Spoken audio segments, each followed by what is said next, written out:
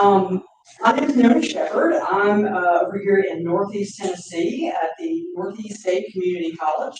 And on behalf of International Education, first I'd like to thank Dr. Michael Berenbaum for being with us, and also the Tennessee Holocaust Commission for partnering with us to bring this Zoom webinar to you.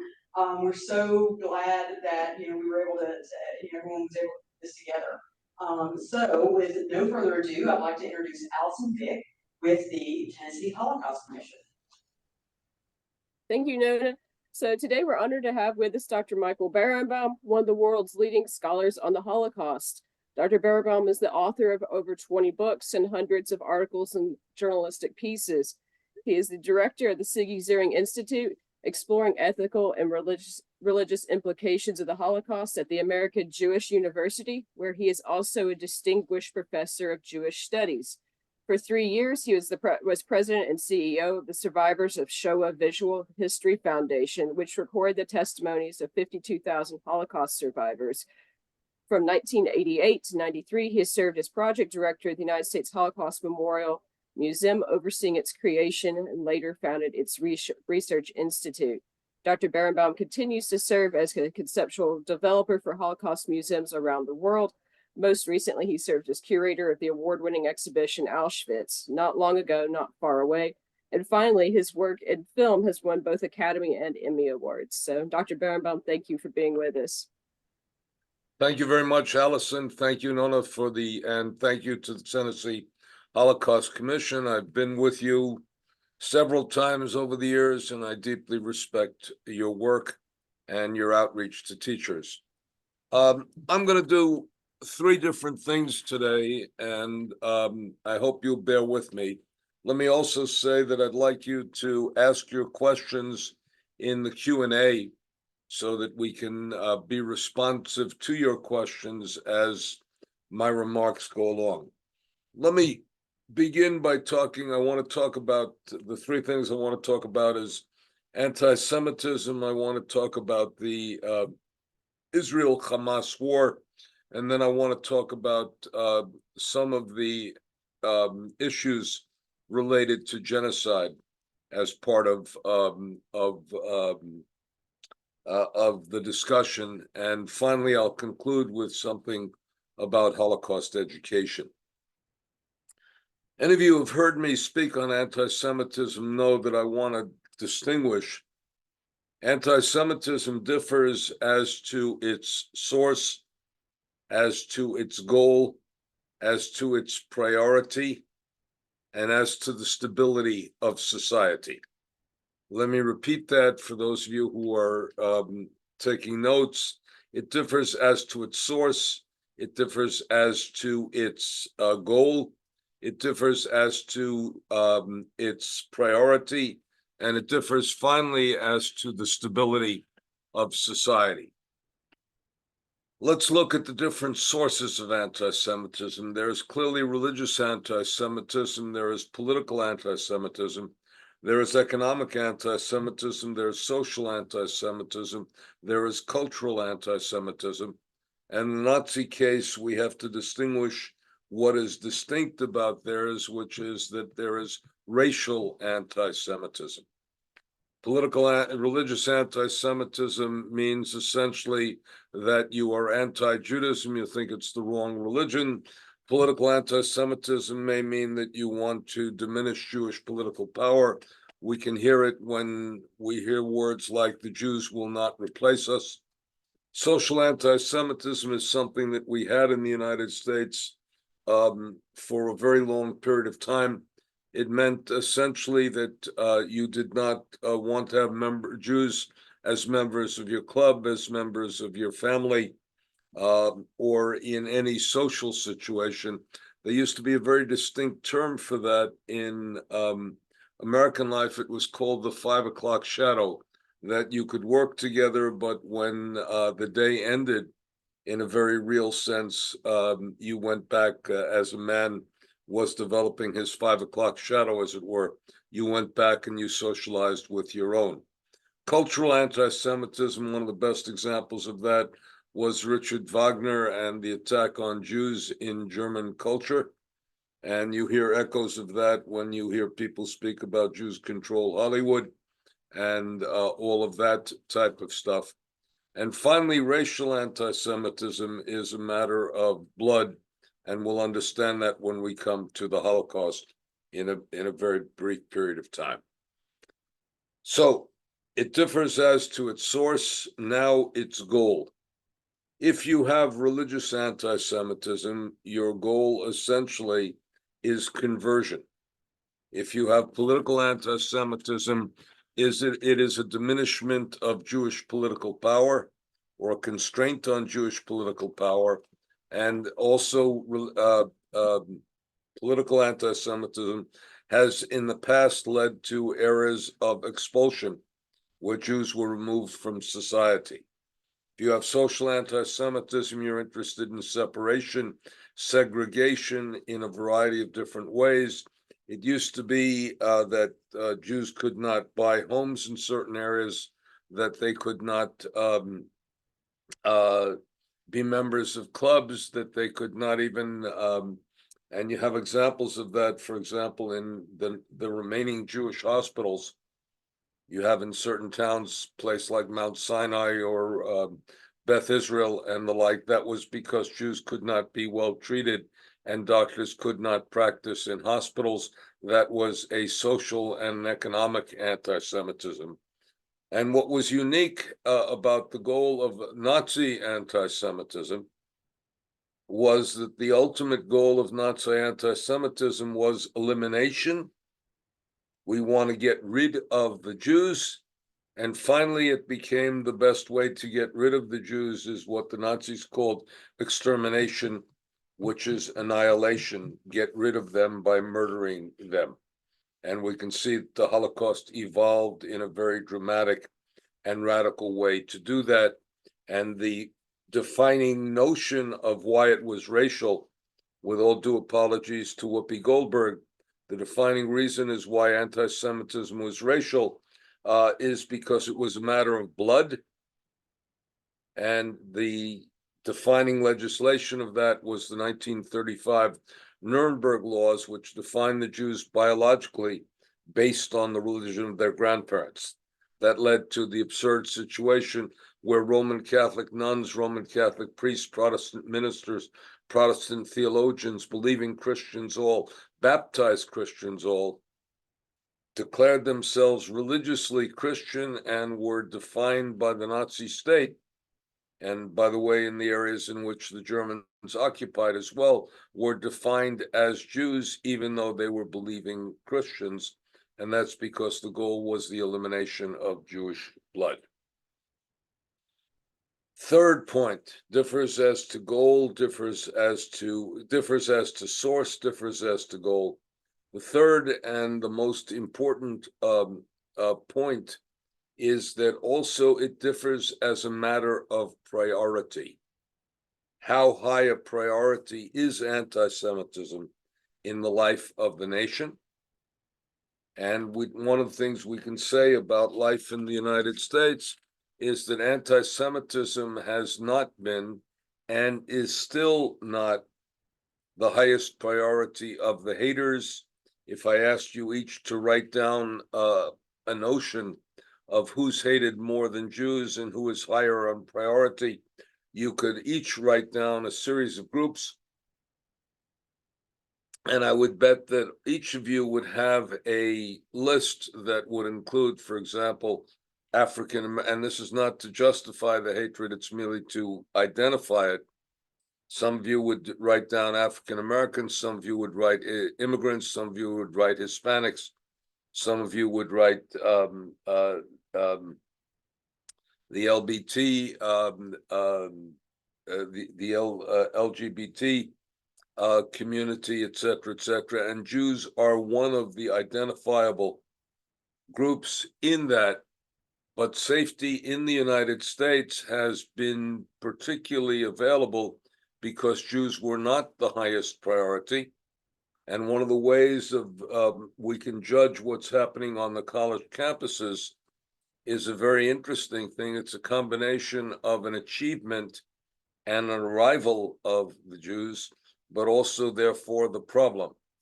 Jews have now been defined as white. By the way, not all Jews are white. If you go to Israel, for example, the majority of the Jews are not white. But having said that, Jews are defined as white, and then they are also defined, therefore, as privileged, and thirdly, as white privileged oppressors. And in several campuses, we find that in the United States, we find that Jews are the highest priority for persecution. Last point of not last point, but last element of anti-Semitism is anti-Semitism also differs as to the stability of a society. One can say that Jews are the equivalent of the canary in the mine. Why is a canary put in the mine? Because if there's a lack of oxygen in the mine, the canary knows it first. And the moment the canary starts making noises, the miners know that they have to flee, because reality is, if a society is anti-Semitic and anti-Semitism is being manifest in that society, that tells us that something is wrong with the society in general, and consequently, Jews are an example of what's wrong. And we know that the United States is now undergone, over the last several years, a series of crises. We had a health crisis, COVID-19, which led to an economic crisis, which led to a political crisis. We have a crisis of democracy. We have a crisis of credibility. We have a crisis of polarization. And all of that leads to a dramatic instability in society. And the instability in society is a very important element of why Jews are targeted again at this point in time. And the data indicates that there are more anti-Semitic incidents at this moment, increases of 60, 70, 80, 100% than there have been in recent years. And in fact, if you had asked us 12 or 15 or 20 years ago, one would have said anti-Semitism is a minor irritant, not a serious problem. What is new and unique and important about contemporary anti-Semitism is that the anti-Semites now have two tools that we have never experienced before. And I guess if we were in a classroom, I could say, please name the tools, but each of you would be able to name the tools.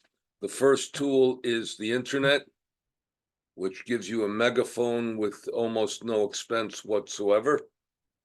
And the second tool are the social networks, which creates community and no longer allows us to quarantine or to isolate hatred, but rather to unite and join hatred, because they have communities of mutual support, communities of reinforcement.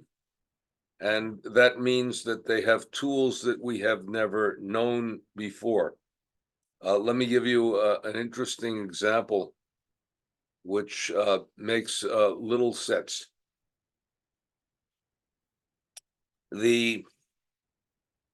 Several years ago, there was a murder in New Zealand at Christ Crossing. The murderer gave forth with what I would call, they normally speak of this as a manifesto, but I think that's giving it much greater honor than it deserves. What I think we should call it a rant. Proclaimed a rant as to what was happening. Within days, that rant was dropped into the phones of everybody at a Syracuse University library studying during final examination period. And all of a sudden, it became something to be dropped into phones to say the hatred that is there is also here, and it's become a global phenomenon. Why did we have the shooting at the Tree of Life Synagogue several years ago? Again, because of the idea that we had an invasion from the southern border of immigrants, and the Jews, one Jew in particular, George Soros, was responsible for it. And in each of the cases of mass murder and of this type of thing, you see If you examine the social networks, you see the way in which this is a global phenomenon encompassing a whole range of people who share with each other an entire network. Let's now go to what seems to be the precipitating moment, the precipitating crisis at this moment. And clearly, we're also in a moment of crisis. And remember my point about the instability of society. We're also in a moment of crisis because of the war that began with the brutal attack on the Israelis on October 7th, 2023. And we're now well into 140 some odd days. I think it's 147 days since the beginning of the war. And the war has taken on its own characteristic. Let's begin with basic elements. It is a war that Israel did not want, and Israel did not start, and Israel did not invite. And it was a war that was started by Hamas as an attack on Israelis. Ironically, the Israelis they attacked are the people who live near Gaza, who tend to be the people who have been most cooperative. They tend to be Israeli leftists, most cooperative with regard to the Gazan people. There are people who have been chauffeuring Gaza citizens to hospitals in Israel. There are people who have been involved in trying to create a better atmosphere. Nevertheless, there was a combination of murder, pillage, and rape. And this led to a harsh response. And for those who are calling for ceasefire, you have to remember there was a ceasefire on October 6th, and October 7th, that ceasefire was violated. Israel had to respond because of the attack on its own citizens, and had to respond because it posed a challenge. This was not supposed to happen in a country that had an army and a flag and the capacity to defend itself. And all of a sudden, the Israelis felt and feel vulnerable. They feel vulnerable to attack in the south west from Gaza. They feel vulnerable to an attack in the north from Lebanon and from the Hezbollah in Lebanon. And consequently, they have struck back with force and with intense and acute force. Hostages were taken, and Israel has a confused struggle for its own particular goals, which is to destroy the military capacity of Hamas. And it has a struggle because the military goal is in conflict with the goal of retrieving the hostages and having them come home safely. Now, let me add a couple of things. What we are witnessing in Gaza is, first of all, we have to understand clearly, Israel has made clear that it is a war between Hamas and the Israelis, not between the Palestinians and the Israelis. By the way, when I say that Israel has made clear, Israel has the most right wing and, in certain respects, a terrible, and I would also say, in certain respects, a racist government in place now. And many of us who feel very comfortable in opposing the government, even as we support elements or major dimensions of the war effort. But there is a war cabinet that is a broader cabinet than the government itself. And they've made clear that the war is not against the Palestinian people, but it is a war against Hamas. Hamas has done something which are recognized in the international community as a war crime, which is it has situated its military operations in the middle of civilian populations, including schools, mosques, hospitals, and refugee centers. And part of that means that there is enormous difficulty in having that type of urban combat in these conditions without taking a civilian population. I don't want to defend every action of Israel, I myself am critical of certain actions of Israel, but I will say that Israel has done stuff that is not done by other armies, including warning the population of where bombs are going to be, where attacks are going to take place, and giving an opportunity, however difficult, for the civilian population to leave. The goal of Hamas is the destruction of the state of Israel. And when people chant in the street that there is from the river to the sea, Palestine will be free, what they're essentially advocating is the dismantlement and the destruction of the state of Israel. And in its current form, were that to take place, that in and of itself would be a genocide, which is one of the explicit goals. The destruction of the state of Israel is one of the explicit goals of Hamas, and Hamas in its earlier charter did not discriminate between Jews and Israelis, and consequently it was felt and sensed and aimed as an attack on all Jews, and that became quite pivotal in our understanding of the evolution of Hamas. Israel had a problematic policy, which it felt that it since the leadership of Israel felt that they did not want a Palestinian state, and I'm one of the advocates of a two-state solution, since it did not want a Palestinian state, it felt that it could sustain relations with Hamas. Periodically, it would have to what they call mow the lawn, which is make sure they did not amass too much political power, but they tried to weaken the Palestinian Authority to strengthen Hamas in the battle because they understood that Hamas had no political agenda with Israel, no political claims. It wanted its elimination, and the Israelis felt quite secure in the fact that Hamas could not succeed in the elimination of the state of Israel, and consequently they felt that they could come to a modus vivendi with Hamas, in one sense, to show that there are penalties and casualties. American policy has been dramatically supportive of Israel. Joe Biden is an enormous hero in Israel at this point. There are signs all over Israel, thanks to Biden. Part of that is he's tried to make sure that there is not a wider war by holding certain forces allied with Iran in abeyance, attacking, for example, the Houthis who are attacking civilian shipping in the Red Sea. And he's also brought a couple of elements of the American fleet in to make sure that the war does not expand into Lebanon.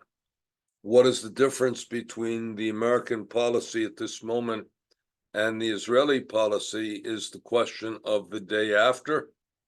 And America has been seeking and wanting for there to be a option for the creation of a renewed Palestinian entity that could control Gaza and could rule over the West Bank. And that might ultimately, should ultimately, in the American sense, yield to a Palestinian state. And the Israeli government, in its current constitution, has decided that it doesn't want the Palestinian state under any circumstances because it can't distinguish between a Palestinian state and Hamas. Let me answer some basic questions. Israel does not, at this moment, since 2005, it has not occupied Gaza. There were no settlements in Gaza, and consequently, Gaza, had it wanted to develop in a certain direction, could have developed in that direction. Israel, there were the possibility of two-state solutions on the agenda. In 1947, when there was the vote by the UN for a partition plan, the creation of an Arab state and a Jewish state, there was a second attempt that was very strong and very solid under Bill Clinton in the year 1999 and 2000. And what happened is that they came close to an agreement. There was a 98% return of land, including a swap of land. Territory Israel did not want to give up. They're willing to give up Israeli territory. Yasser Arafat decided at that point that he would rather either engage in Intifada II in the second battle against the Israelis and turn down the opportunity for a Palestinian state.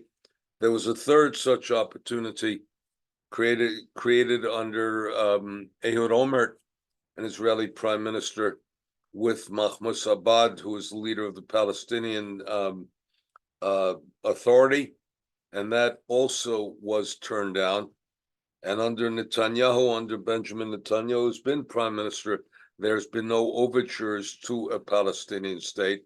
And part of the tension between the Biden administration, therefore the US government, and the Israelis now is what happens the day after and the like. Israel is threatening to invade Rafah, and it's trying to threaten to invade Rafah. Clearly, one of its purposes is to see if a ceasefire or a temporary pause can be obtained and the hostages can be returned. And the only way to do that is to intensify the threat of military operation. Now, let me touch on a couple of more issues which are of concern. What is the difference between legitimate criticism of the state of Israel, and I feel very comfortable engaging in that, and anti-Semitism? And that is that not all criticism of Israel is anti-Semitic, but not all criticism of Israel is not anti-Semitic, and we have to find a criteria by which we can distinguish between them. There was a suggestion by a man by the name of Natan Sharansky, who was Anatoly Sharansky, who had been a Soviet dissident, who was arrested in the Soviet Union and spent many years in the Gulag, that there are three elements to the gap between legitimate criticism of Israel and anti-Semitism. He gives them an easy way to remember it. It's called the 3 Ds. The 3 Ds. Double standards, delegitimation, and finally demonization. Double standards means if you judge everybody by one standard and the Israeli government by another standard, you're bordering on anti-Semitism. Secondly, if you go and say Israel occupies lands, native lands, therefore it is delegitimate, it has no right to exist, you have to say that the same thing is true of the United States, the same thing is true of Canada, the same thing is true of Australia, and consequently, you would have to say there are 27 states in the United Nations that are occupying territory that was originally inhabited by what? By the native population.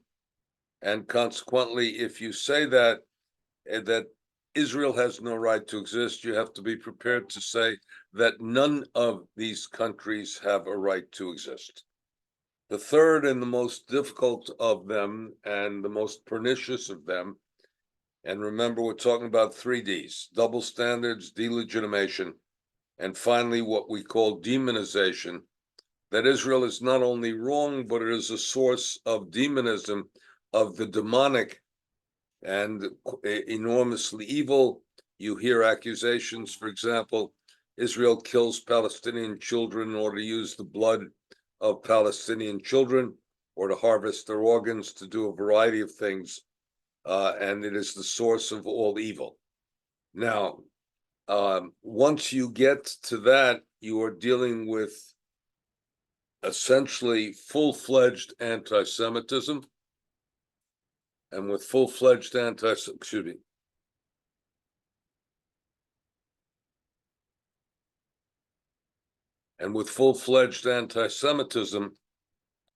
that means Israel becomes a demonic source. Now, saying Israel is demonic does not say that it's always right. Saying that Israel is demonic does not say it's worthy of criticism.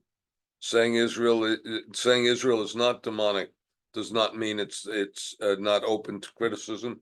It just means that you understand that the moment you go to that demonism, you are, as it were, rehashing and reimagining and restating the ancient tropes of anti-Semitism. Now, some people say they are against Zionism. Now, let's begin. When people ask me, are you against Zionism? I have to ask them, what type of Zionism? What type of Zionism are they against? Because there are multiple forms of Zionism. There, for example, is political Zionism, whose goal was the achievement of a Jewish state with a Jewish political entity. There is territorial Zionism, which at one point was involved in wanting Israel not only to return to the land of Israel, but wanting the Jewish people not only to return to the land of Israel, but even included the area that is now Jordan. If you were a person who was a follower of Jabotinsky, you believe that Shtei Gedot LaYarden, Zu Shalanu, Zu Gam Kain, both sides of Jordan, this is ours, and also that is ours. There's cultural Zionism, which said that there needs to be a rebirth of the Hebrew language and the creation of enormously of a Jewish culture. And that Zionism, for example, has succeeded.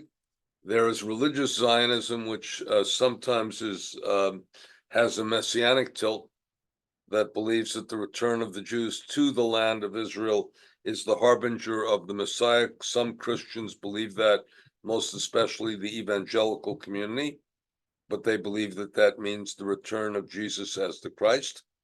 The Jews who believe that messianic movement believe it's the return of it's the coming of the Messiah for the first time, as it were. And this is the important element of redemption. And then there's the minimum understanding of Zionism, which is a political understanding, that also a cultural understanding, which is Zionism is the national liberation movement of the Jewish people. Jewish people are an entity that is entitled to their own political entity, to their own state, as others are. So when you say I'm opposed to Zionism, you have to be able to begin to specify what type of Zionism you're opposed to, and there are forms of Zionism that I am opposed to, but forms of Zionism that I wholeheartedly and joyously and morally and justifiably support. So those are some of the elements of what we see. Let's also say that the images we see in the United States are horrific, and that is the nature of urban warfare, where the enemy has ensconced themselves amidst the civilian population. Hamas understood that that was going to be the Israeli response, and my right-wing Israeli friends will say, what we have to show is that we're cruel enough to live in this cruel neighborhood. And only by exercising that power can we. But again, that looks at the problem in merely a power dynamics without asking the question, what is it that is the day after? So that's my general perspective as to where we are at this moment. And I would like you in the Q&A to offer some questions so I can respond to the questions that you raise and deal with the issues. And let me also touch, because I promised to touch on the question of genocide.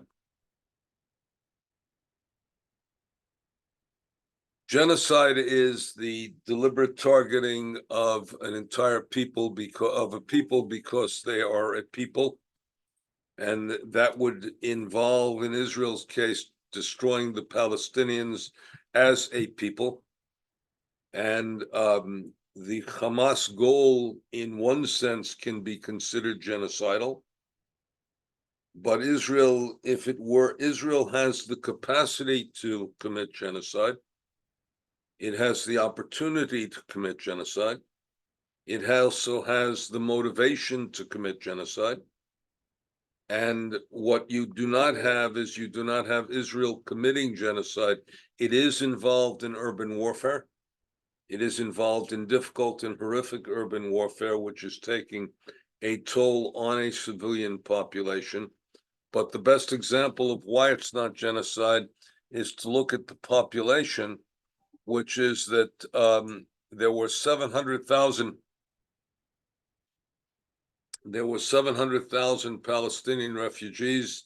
There are now 5 million Palestinians living within the territories of the West Bank and Gaza. And if you're committing genocide and trying to eliminate a population, and it's increased in 75 years from 700,000 with all the migration, from 700,000 to 5 million, you're doing a pretty lousy job with regard to genocide. And one of the elements that we see in genocide is the absence of a birth rate, because it's too dangerous, too precarious to bring children into the world. And that's not what we're seeing here. That doesn't make it, just because it's not genocide does not mean it's not problematic, but it's not genocide. And part of what they're trying to do in labeling Israel as genocidal is to somehow associate Israel with the Nazis, and therefore to, again, delegitimate Israel in a strong way. Riley Crandall has asked the question, a two-state system, why is it, what is it, and what do you support? Why do I support it? Two-state solution essentially is that you have two people living on the land, and the Palestinian people and the Israeli people. Both elements of both populations say the land is fully ours. And consequently, and we don't want to give it up. The other possibility is to say we can't get everything. That doesn't mean we shouldn't have something. And the reason I support, in theory, a two-state solution is because I do not believe that 7 million Israeli Jews can dominate 5 million Palestinian Arabs for the indefinite future in a way that is just, in a way that is moral, in a way that is going to lead to peaceful coexistence. For a two-state solution to take hold, we need a transformation within the Palestinian population from hatred and total antagonism to the state of Israel to a willingness to live alongside the state of Israel. We saw that in Egypt. We saw that in Jordan. We have to see that among the Palestinian population. And after the events of what happened in Gaza, the Israelis have to be convinced that that's viable and that it's not going to pose a threat, and rockets are not going to be sent to Israel from the Palestinian state. Therefore, when I say I support a Palestinian state, I don't think a Palestinian state is realistically possible at this moment, but I think it is something. It is something that we have to consider over the long run. It's the only just solution that is possible. Maureen says, my description of anti-Semitism Zionism is very thoughtful and nuanced in a world of black and white. Do you have a suggestion how to spread the message of nuance to other people that they become curious to learn more? Well, let me answer Maureen in a very simple way. Anything, I don't find many things in life, black and white, crystal clear.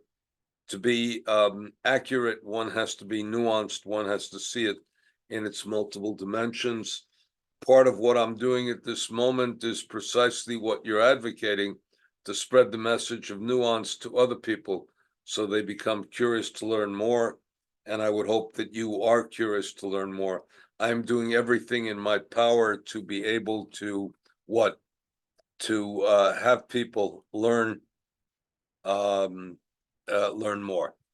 Nancy Fox says, if 85% of all Gaza citizens are pro-Hamas, whose constitution is based on Muslim Brotherhood, plus Iranian-backed axis of evil, Hamas, Houthi, the Hezbollah, there are many more, continuing to refuse Israel's right to exist and calling for Israel's destruction. How can a two-state solution ever exist? Well, Nancy has pointed out correctly and properly all the obstacles for a two-state solution to succeed. There have to be dramatic changes in the worldview that leads to those types of attitude. And the people who held that type of power cannot be empowered to be able to do it. But we've seen dramatic changes in the Middle East, which show that essentially the absolute position can be modified once you come to the conclusion that Israel is not going to be destroyed. Anwar Sadat went to Jerusalem after the war of the 1973. He came in 1977 because he understood Egypt was not going to destroy Israel. The Abraham Accords have come about, and this again is there because certain Arab countries understood that if the world is heading toward a knowledge-based power, Israel is an asset, not an adversary. And consequently, they've changed their attitudes. Even Saudi Arabia, which had been the most intense, one of the most intense of Israel's enemies, has now looks like it's coming to terms with the existence of Israel. And let me add to this, to turn to Nancy's point. The Palestinians are dealing with a weak hand in another way, because many of the Arab leaders do not want Hamas to win, and they want Hamas bloodied and defeated. The Egyptians in particular, remember, everybody says that Israel is keeping the territory, the territory of Gaza closed. The Egyptians also have a border with Gaza. They're keeping the territory closed because Hamas is identified with the Muslim Brotherhood, which is an enemy of the current Egyptian government. So behind the scenes, however much people are wringing their hands over the Palestinian situation, behind the scenes, they're saying, go, go, go, go get them. Because only by rooting out Hamas and rooting out that type of extremism and radicalism can anything possible be achieved with regard to a modus vivendi. Amy has said, I read news report of Israel. I believe the government was doing to people of Gaza prior to the attack by Hamas. My understanding is the Gaza people are basically cut off from receiving supplies and aid, were suffering greatly. Is this accurate? If so, what's the reason? Do you believe it was justified? I would like a better understanding of the overall situation in the area. Prior to October 7th, Israel was moving to a more open policy with regard to Gaza, was allowing money to come in to support the Gazan government from Qatar, was allowing the citizens of Gaza to work in Israel and therefore to bring home all of those funds. It was also allowing the transfer of supplies. Israel's policies were a policy of domination rather than full cooperation, but the situation was improving. And the reason that there are two possible reasons that we have to imagine why Hamas attacked when it attacked. The first is that Israel was on the brink of achieving some sort of breakthrough with Saudi Arabia, and it wanted to oppose the peace. The second thing is that the strategy of cooperation with Israel may have been working, and that would have worked to the detriment of Hamas, because it would have seen that your situation could improve more directly and more dramatically with cooperation rather than with full-fledged belligerence and the sending of rockets. Because imagine we have an invasion from the border into American territories. Imagine what would happen if Mexico or Canada was sending rockets to us. Do I believe Americans are having misconceptions about the war? I think there's a good deal of misconception about the war. but I think that there's misconception on every side with it. Ken has asked, how do we overcome the overwhelming amount of misinformation and distortion? The answer is by learning more and exploring more and beginning to see what we can learn. And for me, again, as a pain in the posterior historian, it's by understanding the history involved, understanding the past, which at least illuminates the current. Ellie has asked, the accusation of genocide is coming from the actions post-October 7th.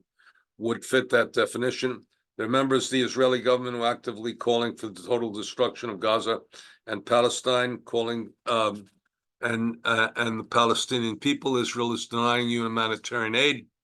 People of Gaza have been forced to move into small, safe zones that are now under threat to being bombed. People of Gaza are being starved. Yes, Hamas was wrong to commit a crime against humanity, but some of the actions of Israel are war crimes. How can we as Jews deny the humanitarian issue that's being created by Israel? Yes, Israel has a right to defend itself, but at difficult times seeing its actions as just urban warfare. Let me begin by saying I am an arch opponent of the government of Israel, because I think the government of Israel has racist elements in it that would like total domination. And the best evidence for those who want to commit genocide in Gaza are the statements of the some leaders of the Israeli government, and we have to oppose them with great strenuousness. And the president has done a fine job of, again, indicating that those are not elements that the American government wants to see in power and wants to deal with. The question of humanitarian aid is a very important question, an essential question. One of the problems with the humanitarian aid is everything at this point is deeply politicized.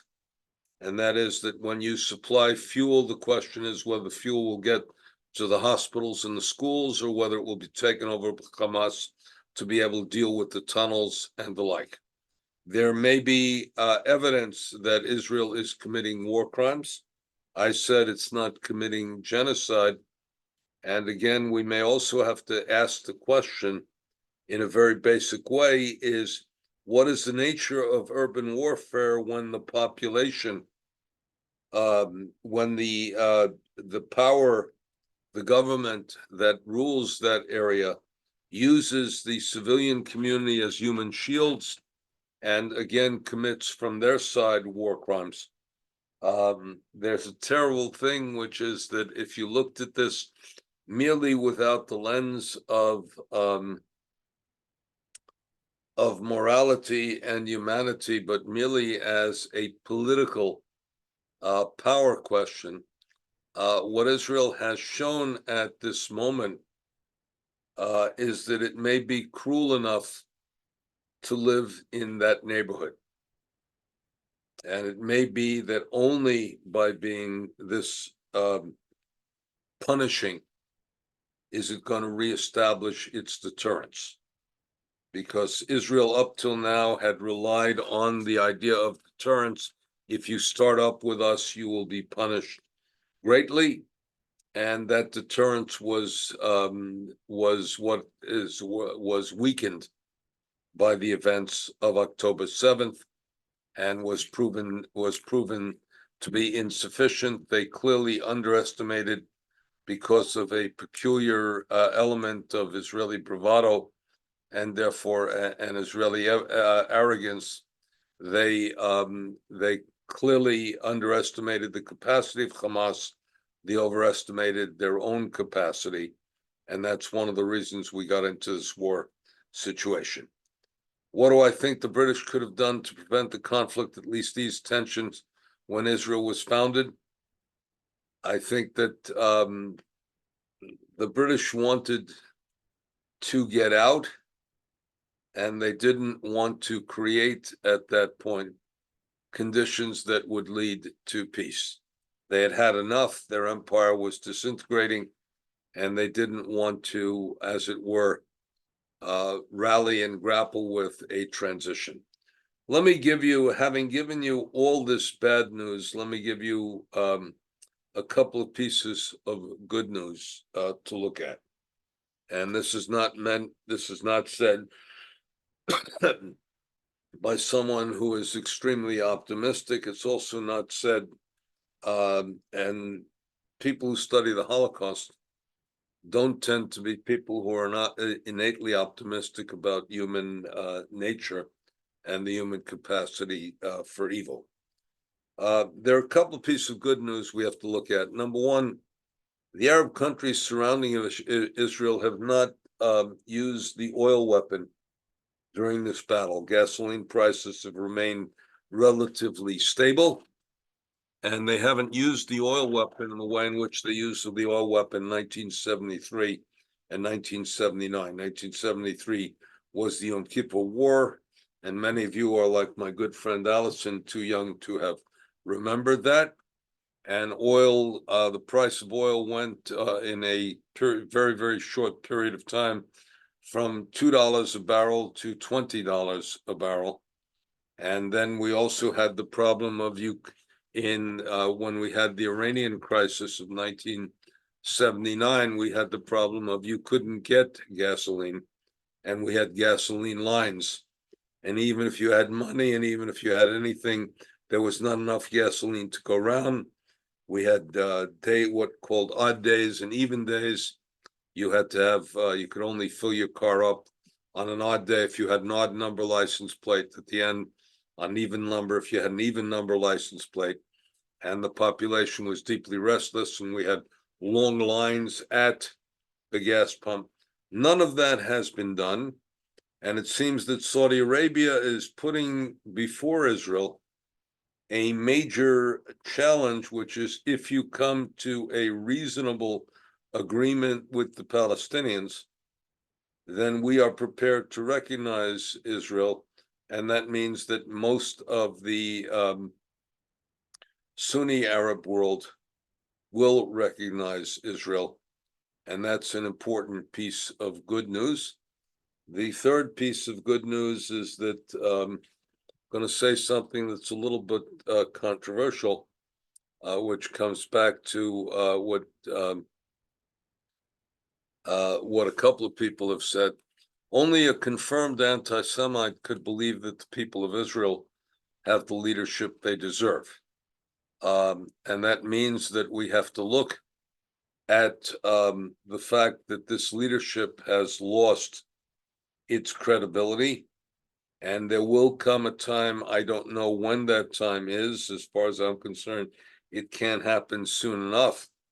But there will come a time when the government of Israel falls, and when there will be a new election with much more sober leadership who are not messianic and hopefully not racist as well. So I guess this is as far as we can go today. But thank you for the questions you asked. And I'm prepared to come back again if you deem it right. Thank you very much. Well, actually, we have 3 questions. We have a few people here in person at Northeast State. Sure. And if you have time, there are 3 questions. I have all the time, but you know, I'll tell you a funny story.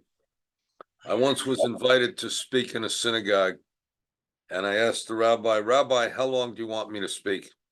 He said, you can speak as long as you want. We leave at 12 noon. So Well, they said they're sitting here, so they don't have access to time.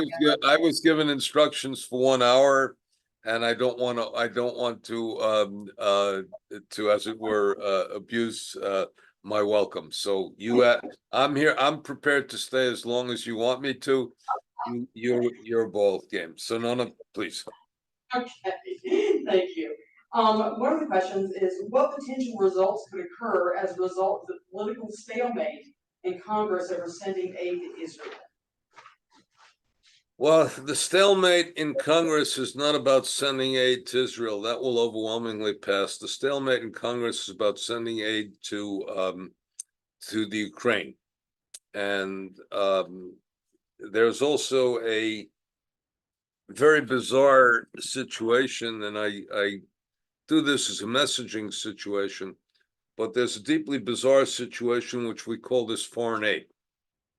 It's actually not foreign aid because almost all of the money that Israel gets from the United States, it spends in the United States for weapons and ammunition. All of the money that Ukraine will get, or the bulk of the money, almost all of the money, will be spent in the United States again for weapons and ammunition. And the question becomes, what is going to be America's role in the world?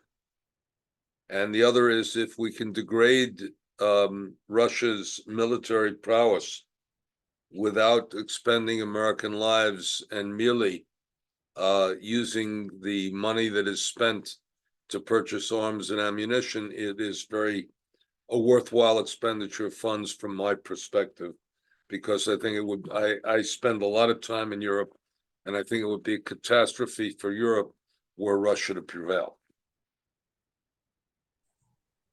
Thank you. Why do opponents of Israel compare the state of Israel with the former apartheid regime in South Africa? Look, Israel's record in South Africa historically was bad during the period of apartheid. And it understood that it made a number of strategic mistakes, and it assisted South Africa without regard to the repugnance of South Africa's behavior toward its own population. So that's an example of where legitimate criticism of Israel is there.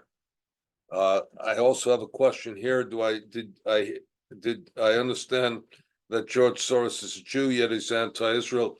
George Soros is a Jew.